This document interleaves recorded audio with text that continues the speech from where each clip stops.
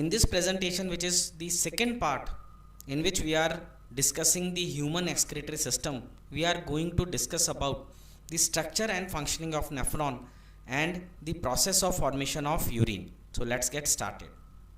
Nephron is the structural and functional unit of kidney. It is also known as the unit of filtration. The structure of nephron can be broadly divided into two components. The first is known as the renal corpuscle, or sometimes also known as the renal capsule. It consists of a bunch of capillary which is enclosed in a cup-like structure. Now this cup-like structure is known as the Bowman's capsule, and this tuft or bunch of capillaries which basically are result of bifurcation and division of the afferent arteriole, which is a branch of the renal artery, which basically flows the blood, which basically brings the blood which is oxygenated but has high nitrogenous waste content. So this branch of renal artery is known as afferent arteriole, and when it comes into this particular structure, it branches into a bunch of capillary. Now this particular structure is known as the glomerulus. Now this glomerulus or the tuft or bunch of capillaries is enclosed in a cup shaped structure which is known as the Bowman's capsule. Now these two together are known as the renal corpuscle or the renal capsule. Now the structure which is basically after the renal corpuscle is the tubular structure or the renal tubule, right? So that this duct, basically this is the duct, or you can say a tubular structure. It starts from the bottom of Bowman's capsule. So this is the part bottom of the Bowman's capsule. Here you can see this is the part from where this tubular structure start. Now the initial portion of this tubular structure, which you can see this is the initial structure. Okay, so the initial structure is known as the proximal convoluted tubule or PCT. It is the proximal convoluted tubule. This is the initial structure of the duct. The middle part of this duct or the tubule is hairpin shaped. So this is the middle part. You can see it is very thin, narrow and hairpin shaped, and it goes into the medullary pyramidal structure of the medulla of the kidney. This middle part is known as the Henle's loop or loop of Henle. And the terminal portion of the renal tubule or the duct which is connected to the collecting duct. So this is the collecting duct, and the terminal portion of the renal tubule which is connected, this is the terminal portion of the renal tubule. It is known as the distal tubule or distal convoluted tubule, and in short we call it DCT. The initial part of the tubule is known as PCT, proximal convoluted tubule. The middle part is known as the Henle's loop, and the terminal portion of the renal tubule is known as the distal tubule. The distal tubule is connected to the collecting duct, and the urine which is formed in this particular nephron is drained into this collecting duct. So this is the structure of a typical nephron, right? So let us go into the details of the other parts of the urinary system. Now a pair of ureters which is made up of the soft muscle or visceral muscle. The smooth muscles or visceral muscles are like tubes which are made up of the smooth muscles. They drain the urine from kidneys into the urinary bladder. So as we have a pair of kidney, so the ureter which is connected to the right kidney is known as the right ureter, and the ureter which is coming out of the left kidney is known as the left ureter, and they drain the urine from the kidney. They brings the urine from the kidney into the urinary bladder. Urinary bladder is a muscular sac like organ which stores urine which is coming from kidney, and the urine flows through the kidney through the ureters. Now it is pear shaped and it is present in the pelvic region, and it helps in urination. It can store, the capacity is 400 to 600 ml of urine. Right now the urine basically is removed from the opening which is known as the urethra. It is a tube like structure for expelling urine out of the body. In males it is connected to the penis, and in females it ends just near the vaginal opening. In males it also carries semen with it from the ejaculatory duct. So this is the structure of the human urinary system, excretory system. Now let us discuss the formation of urine. The process of formation of urine is completed in three major steps. Now what are these steps? The first is known as the ultrafiltration or the glomerular filtration. Ultrafiltration or glomerular filtration. So what happens? The blood from the renal artery comes into the kidney. The renal artery is divided into large number of small arterioles which are known as the afferent arteriole, and afferent arteriole, it basically comes with the blood which has high concentration of nitrogenous waste like urea, uric acid, creatinine, and the afferent arteriole basically it bifurcate, it branches into a tuft of capillary which we know by the name of glomerulus. This glomerulus is enclosed in a cup like structure which is known as the Bowman's capsule. So what happens, as this blood, oxygenated but the blood which is high in nitrogenous waste content, it flows through this capillary network glomerulus. As you know that capillaries are porous and the walls are also just 1 to 2 cell thick. The plasma part of the blood is forced through the capillary pores because of the high blood pressure into the Bowman's capsule. Now this filtrate is known as the initial filtrate. This plasma which is filtered out of this capillary network into the Bowman's capsule, it includes dissolved glucose, ions, small proteins, nitrogenous waste, excess amount of water, etc.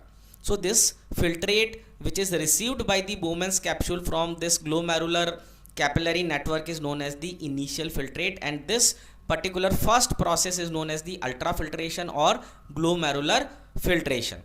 The second step in the formation of urine is known as the tubular reabsorption. Now what happens in the tubular reabsorption?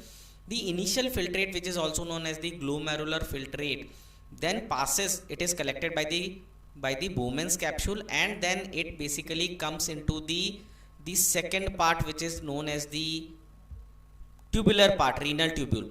The initial PCT, it comes into the PCT, and then it comes into this medullary portion of the tubule, that means the loop of Henle, and then into the distal part. Now what happens, network of capillary, they basically surround this tubular portion, the renal tubular portion. Now this network of capillary is known as the vasa recta. It is known as the vasa recta. So a network of capillary run with the tubular portion of the nephron. This network of capillary is known as the vasa recta, as the initial filtrate flows through the proximal convoluted tubule and the Henle's loop.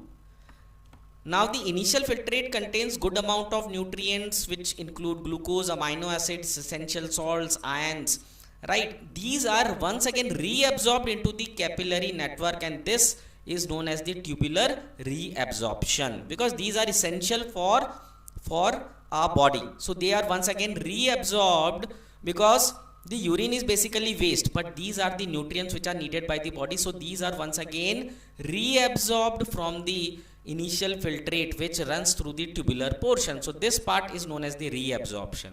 Now when these are reabsorbed into the vasa recta, the water which is present in the initial filtrate enters passively into the vasa recta, right? So the excess amount of water or the plasma portion which was included in the initial filtrate or the glomerular filtrate once again comes into the peribulbar capillary network or the vasa recta through the process of osmosis, or passively without any energy which is needed.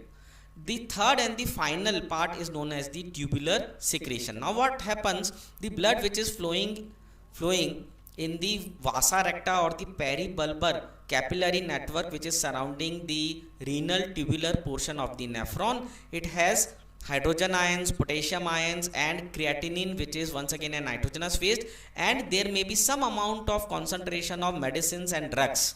Now these are removed from the capillary network or the capillary blood into the distal part of the renal tubule, right? And this process is known as the tubular secretion, right? So this is known as the tubular secretion. So after this process of tubular secretion, what remains in the renal tubule is water. That means some amount of water is needed to make the urea into a solution. urea, uric acid, creatinine, H plus ions, potassium ions which are in excess, right? Now this is known as the urine. Now this urine which is formed which remains in the distal convoluted tubule is then drained off into the collecting duct. I hope that now this process of formation of urine is clear to you. The initial or the first part is known as the glomerular filtration, the second is the tubular reabsorption, and third is the tubular secretion. And then this urine is formed. This formed urine is drained into the collecting duct. Now this collecting duct is connected to number of nephrons, so it collects urine formed from n number of nephrons, and then it drains this urine from the urinary papillary duct into the minor calyx, from minor calyx into the major, from the major calyx into the pelvis region of the kidney, and from the pelvis through the ureter into the urinary bladder. So this is how this formation of urine takes place. Now after the secretion process, the content which remains in the tubule is known as urine. Urine is mainly 95% of water with nitrogenous waste which are urea, creatinine, uric acid, ammonia is very less, and ions like sodium, potassium, magnesium, calcium, chloride ions which are in excess. If they are in excess, then body basically wants to get rid of them, because anything in excess is not good for body. The urine formed is drained into the collecting duct. In a normal human adult, the average urine output per day is between 800 ml to 2 liter, which comes to almost an average of 1.4 liters rather. So this is the composition of human urine. It contains 95% of water.